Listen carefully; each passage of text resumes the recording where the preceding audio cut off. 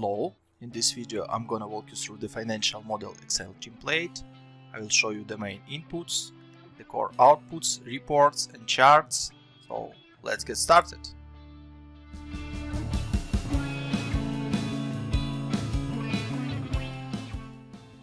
On the dashboard you can set up your core inputs or drivers and see the core financials and core charts related to the model. So let's start the model setup from the launch date. For example, your business will launch in May 20. Also, you can see that each yellow cell has this notification window with explanation of what you're supposed to input in this cell. So it will help you to understand and navigate across the model easily. So the next step is to set up your marketing budget and visitors assumptions. You have two options in the model, which is online marketing and offline marketing. If you don't need, for example, offline marketing, you can just clean these cells and you will have only online marketing in your model. If you need both, just adjust these assumptions as needed and it will drive your model. So let me show you how it works. For example, for online marketing, you can put annual marketing budget, for example, $100,000, and each next year it will be additional $20,000. The next step is to set up the cost per visit. It can be $1, 1.2, 1.4, 1.6 and 1.8 by years. The same idea for offline marketing. And as a result, you can see the total visitors which you have by years. And the next step is to convert these visitors to new customers across the conversion rates across your sales funnel. So first of all, you have conversion rates from visitors to sales opportunities. Let's pretend this is 50%, for example. It can be changed by years as well. 52, 54, 56, 58. So 67,000 of visitors will be converted to 33.9 thousands of sales opportunities in 2020. The next step is to convert your sales opportunities to engaged opportunities. Let's pretend this is 20% and it can be equal across all the years. So 20% from 32.9 thousands of sales opportunities, this is 6.8 roughly engaged opportunities. And you can see this is also changeable by years. The next step is to convert your engaged opportunities to new customers. This is the final step of your sales funnel within the model. So you can put 10%, for example, 11, 12, 13 and 14. So 10% from 6.8 thousands of engaged opportunities will give you 679 new customers for the 2020. So after you will set up everything, revenue, expenses, COGS, wages, and all other assumptions, you may review your core financials and review your revenue breakdown by services or products, your profitability, which includes revenue, EBITDA, and EBITDA percentage, the cash flow chart by years, and the cumulative cash flow also by years.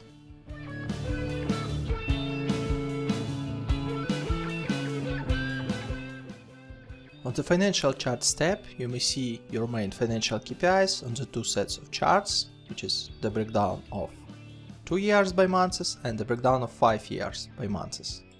So on the top, you may see the EBIT amount. The next set of charts will show you the revenue breakdown by products. The next, operating cash flow broken down by cash inflow and cash outflow. The next set of charts will show you the cash balance by months for the 2 years and for the 5 years. And on the last set of charts, you will see the EBITDA as a yellow line and the breakdown of this EBITDA, which includes the revenue, COGS and OPEX.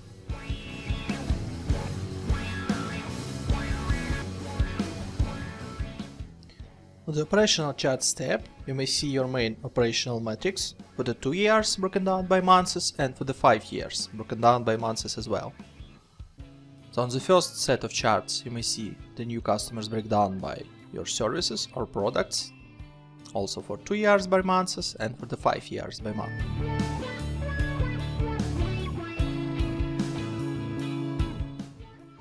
the income statement tab, you may see your main components of your profit and loss, which is total revenue, total cost of goods sold, gross margin, total variable expenses, total admin salaries and wages, total fixed expenses, EBITDA, depreciation and amortization, EBIT, interest expense, net profit before tax, your corporate tax, and as a result, net profit after tax.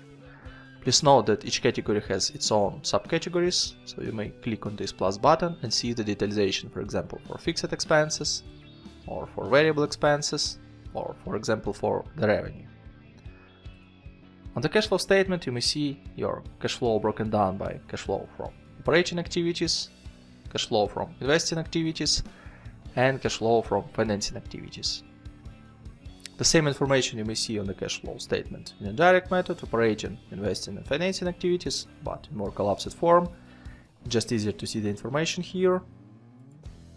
And the balance sheet will show you the breakdown of your current assets, non-current assets, current liabilities, non-current liabilities, and equity by its subcategories.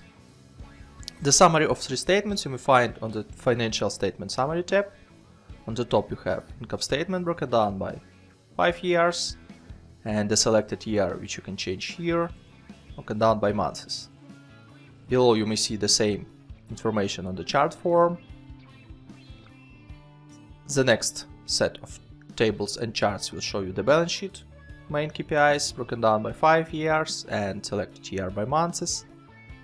And the last part will show you the cash flow statement breakdown for the 5 years and for 12 months for the selected year, as well as charts with the same information.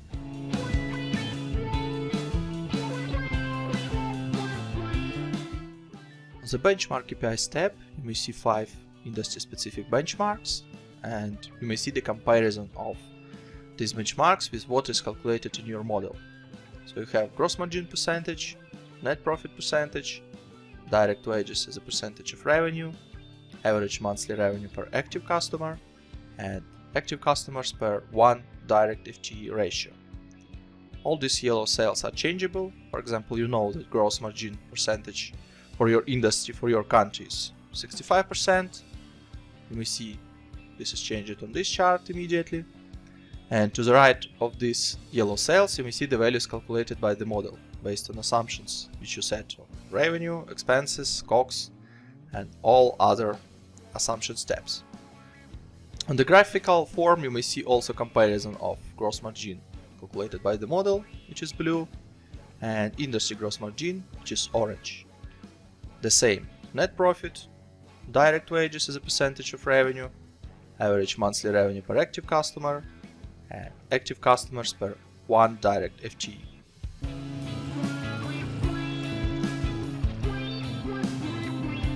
You may see the revenue summary for the main revenue streams, broken down by years as an absolute values and as a percentage breakdown. The same information is reported in here on the charts. Also, you are able to select specific year and to see the monthly run rate and revenue depth for these revenue streams. On the bottom of top revenue report, you may see the revenue bridge, and you may see the total revenue for the starting year and for the ending year, which you may play using these setups. And you may see the factors of growth of this revenue, broken down by revenue streams.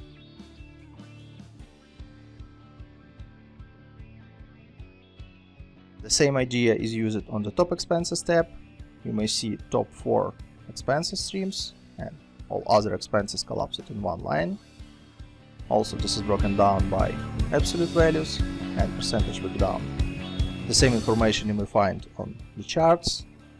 Also expenses depths, monthly run rate, visibility to change the year, and expenses bridge with factors of expenses growth from one year to another year.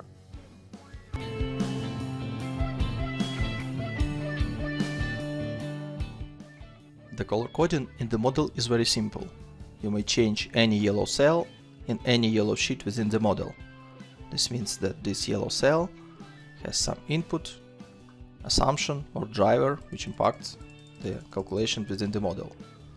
Blue sheets means that on these sheets there are some charts, reports, and other information which can be useful for reporting purposes. On the tabs without color, you have some extra calculations related to revenue, to debts, equity, inventory, and everything which is needed for the reporting. Additionally, you have Contents tab, which allow you to navigate across the model very simple. So you may click on any report and you can go back. It is broken down by reports, assumptions, statements, and setup. There is short explanation about what each tab does, but if you want to know more, you can go to How To and to see more detailed explanation of what each tab does and what inputs you may find on this sheet and what kind of outputs you may find on this sheet as well. Any header of this section is also clickable. So you may click on, for example, Book Assets, and you go directly to this tab.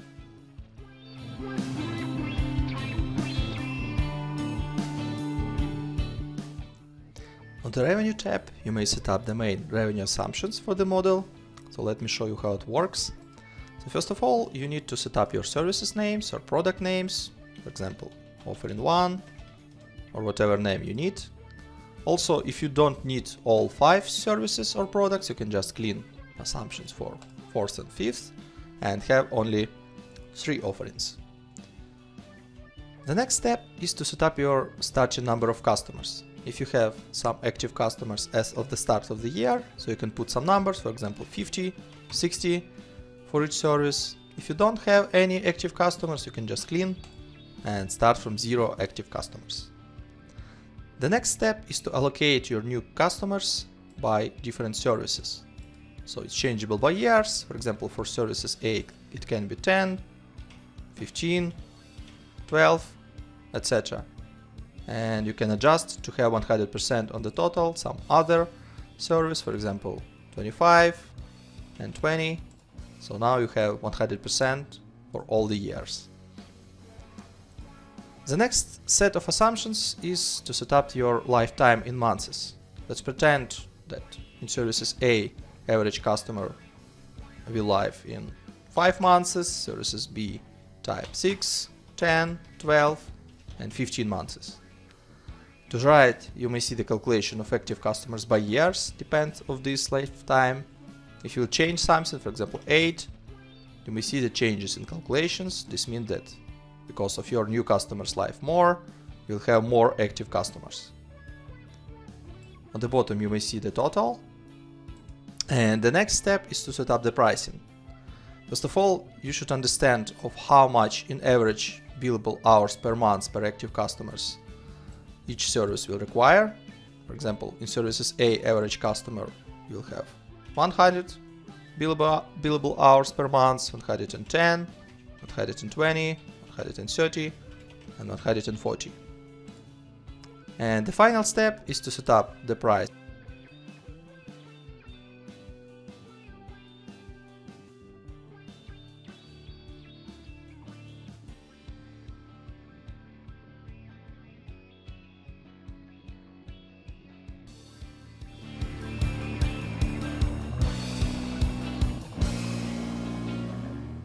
On the Seasonality tab, you may see the setup of marketing expenses, seasonality assumptions across the year by months.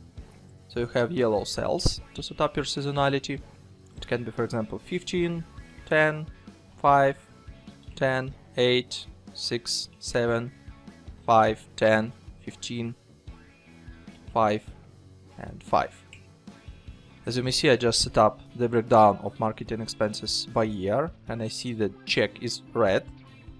That's because the total is 101%, means something is wrong here. So let's fix it. In October 14%. So now check is green and check is 100%, which means everything is good here. You may see also the chart below with the graphical explanation of how your marketing expenses are broken down by months. If you don't really need the seasonality for marketing expenses, you can just put 1 divided by 12, copy this across all the months, and you will see that your marketing expenses now is flat. So no changes across the months, just equal amounts each month.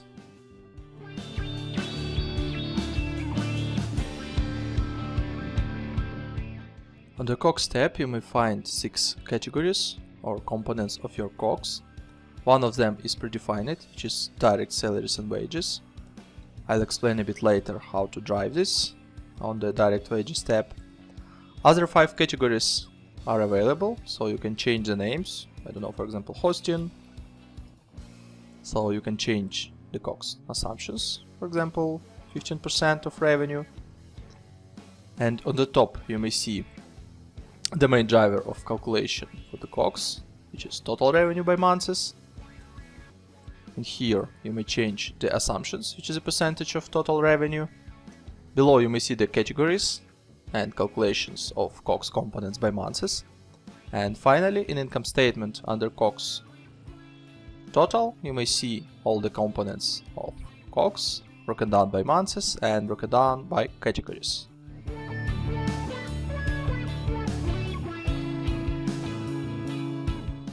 On the direct wages tab, you have 19 categories to set up your direct headcount. So let me show you how it works. First of all, you have 4 different subcategories, and let's go one by one. First subcategory has 5 placeholders, for example, account executive or SDR, and each one has its own basis and parameter. Parameter in this case, this is 1 FTE per X basis, and basis, this is new customers per month. Means that, for example, I will set 15 for account executives. Each 15 new customers within service A by month will require 1 additional FTE. The calculation of number of this headcount you may see here. This is by years. Also you can set up the annual salary per FTE, for example $25,000. The annual salary rise, for example 5%, 4, 3, 2. Average monthly bonus per headcount 10%, and payroll tax rate 12%. If you don't need them, you can just clean this or both.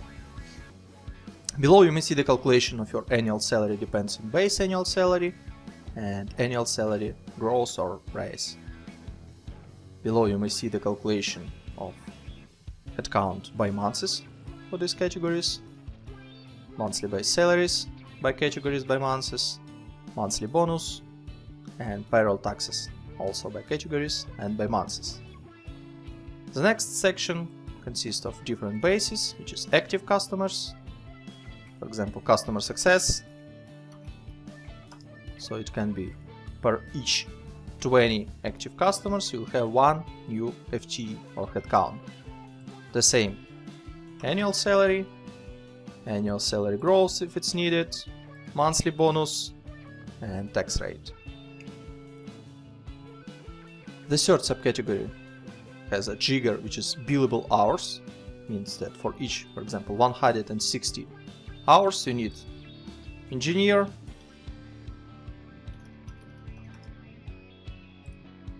so if you have 320 billable hours, you will need 2 engineers, obviously. The same idea of annual salary, salary growth, monthly bonus, and payroll tax rate. And in the last section you can just set up manually, for example manager, this hire date, for example March. Fire date can be the end of the model or some specific date. Again, annual salary 50,000. You need to input the average number of headcount. It can be 1 always, or you can hire, for example, in year 2 managers, then 3, 4, and 5. So below you may see the calculation. It is hired in March, as we set up March of the start date. Starting from January it's 2, then 3, and etc. And finally, in income statement, under COGS, you have direct salaries and wages, which is a total of bonuses, payroll tax.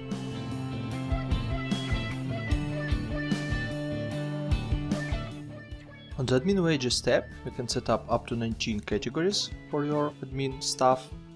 Let me show you how it works. For example, managers. This hire date starting for example from February 20 till the end of the model. You can adjust annual salary per one headcount, it can be for example $40,000. Then you should input number of admin employees.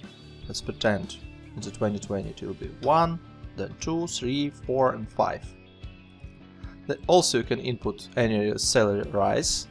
So for example 3% of annual salary first year, for next, 5 and 6. Also here you have set up for the monthly bonus, for example 5% per month, and the payroll tax rate, for example 12. Below you may see the calculation of annual salary, depends on the annual salary for the base year and for the annual salary rise. Also here you can see the calculation of number of headcounts. It starts in February because we set up February start of hire. Here you can have monthly base salaries, monthly bonus calculation, and monthly base taxes, which is payroll taxes. And under income statement you have total admin salaries and wages section, where you may see the breakdown of all your headcounts categories and the breakdown the values by months.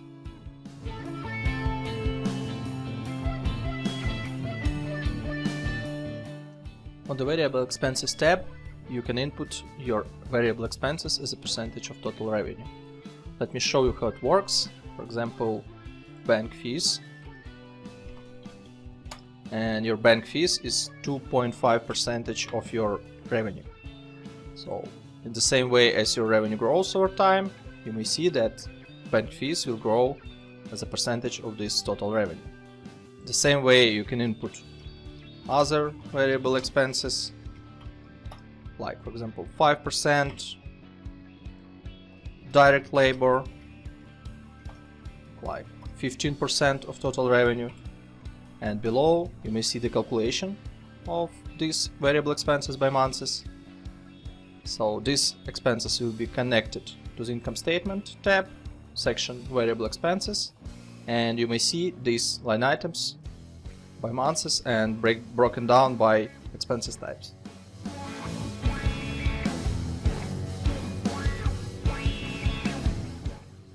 On the fixed expenses tab, you may input up to 15 line items for your fixed expenses. Let me show you how it works. For example, you have utilities. You will start pay starting from March 20 till the end of the model, which is December 24. You may see it here. Let's pretend periodicity will be daily with amount of $50 per day. So you may see this amounts in here. It is calculated based on count of days within this month. So obviously in March 20 you have 31 days. That's why you will have 1550. In April you have 30 days. This means this will be $1,500. Also you have ability to input some growth rate year over year. Once you input this growth rate, you will see that your utilities will grow over year. Let me give you a couple of other expenses types. For example, advertising. Let it start in March and finish in August 24. This will be on weekly basis with amount of $100 without any growth. So starting from March till August 24, you have $400 per month, which is 4 weekly payments each month, and that's it. Another option is bi-weekly. For example, $500. You can start from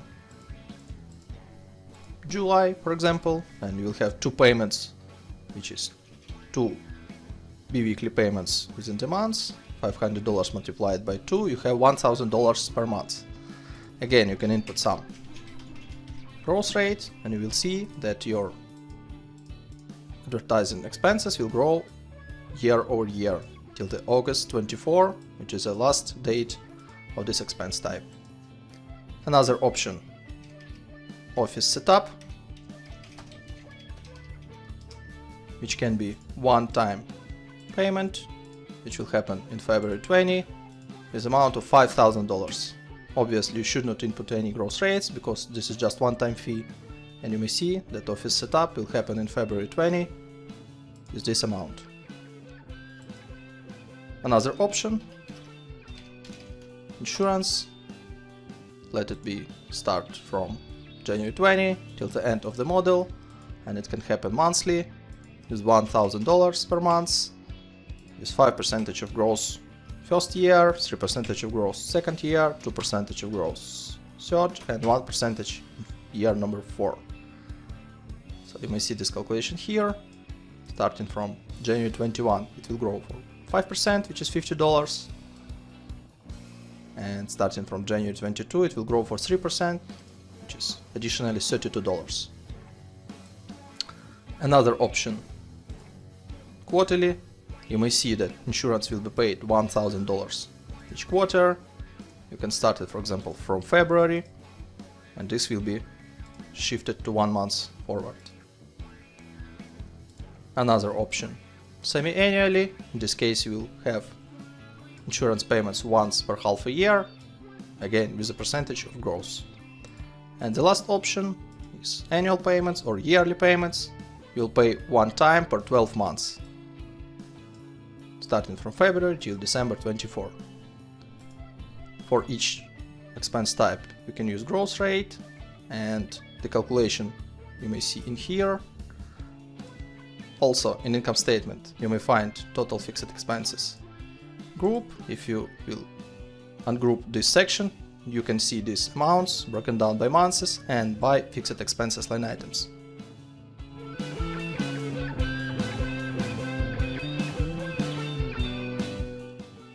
On the CAPEX tab, you may input up to 20 development expenses categories. Let me give you a couple of examples. So, for example, office development with purchase date of February 20 with spending of $10,000. And you also can input payment delay. What does it mean? Let me set up 2 months, for example. It means that this amount will be accrued in February because of purchase date is February, but paid development expenses will be in April 20 for this office development. And you will have some balance of CAPEX accounts payable for 2 months. Let me give you another example. Other development expenses. Let's say March 20, $5,000 with 0 payment delay. This means that this amount is accrued in March and paid in March as well. The total amount of development expenses you may find in Assets tab. By default, it has useful time for 5 years for the calculation of depreciation. You may find calculation of depreciation for development expenses in here. Here you may also find capital expenditure and closing net book value.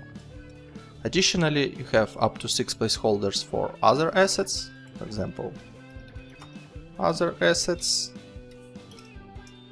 with useful time of 10 years with cost of $25,000 and with launch date in April. You may find it in here. You can see capital expenditure. You may see book depreciation by months for these amounts, and you may see closing net book value. The total amount of depreciation you may find in income statement.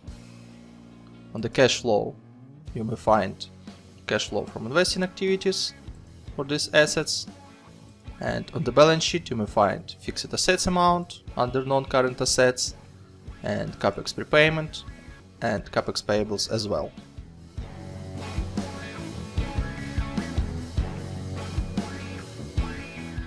On the capitalization table, you can input different founders and investors' contributions, broken down by different dates of funding, with different cost of share for each series, and you can see the dilution of shares after each round, and pre-money total equity and post-money total equity. Let's pretend that we have 2 founders founder 1, founder 2. So total amount of shares for founder 1 can be 10,000, for founder number 2 20,000. Let's imagine that cost of share will be $2 and the date of founding is February. This means that investment for founder 1 is $20,000, for founder 2 is $40,000.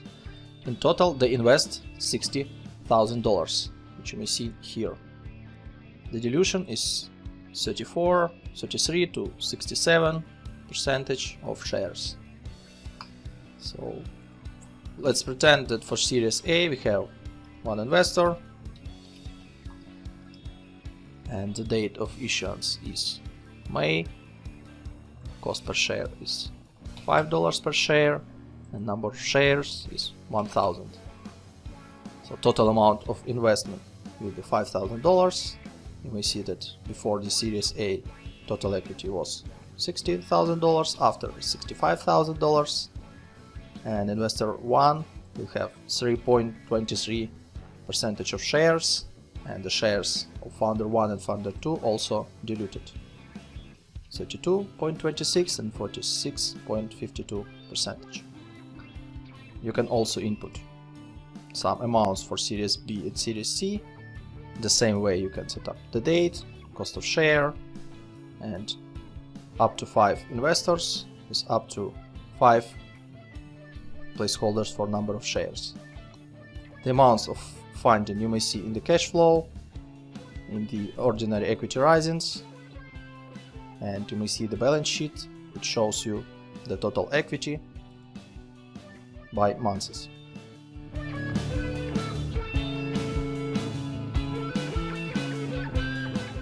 Also on the top of the dashboard we have debt assumptions. Let me show you how it works. So for each debt you are able to select the debt type. There are 2 debt types in the model, which is annuity and usual. Annuity means that each monthly payment, which consists your debt repayment plus interest expenses, will be equal each month. In case if you will select usual, your main debt repayments will be equal parts and interest will be just interest on the debt's closing balance. Let me give you an example how it works. So you may input an amount of the debt, the launch date, term will be 60 months, and interest can be 5%. You may also input the grant, which is just simple amount, which is paid in some specific months, and that's it. No repayments, no terms in terms of interest. So all the calculations of the debts you may see on the capital tab. Calculations for debt number 1, debt number 2, debt number 3, total debts with grants. These calculations impacts income statement, interest expenses, the cash flow, interest paid, debt drawdowns, debt repayments, and on the balance sheet you have the debt closing balance.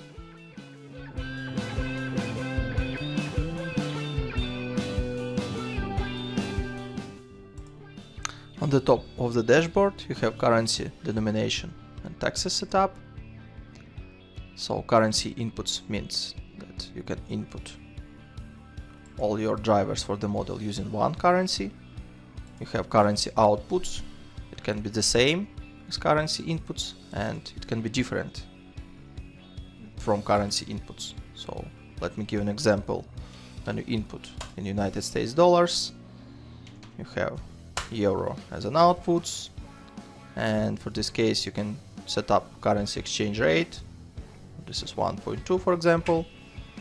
In this case you will have in the model all your inputs in United States dollars, all your outputs in euros, and there will be conversion rate between currency inputs and currency outputs.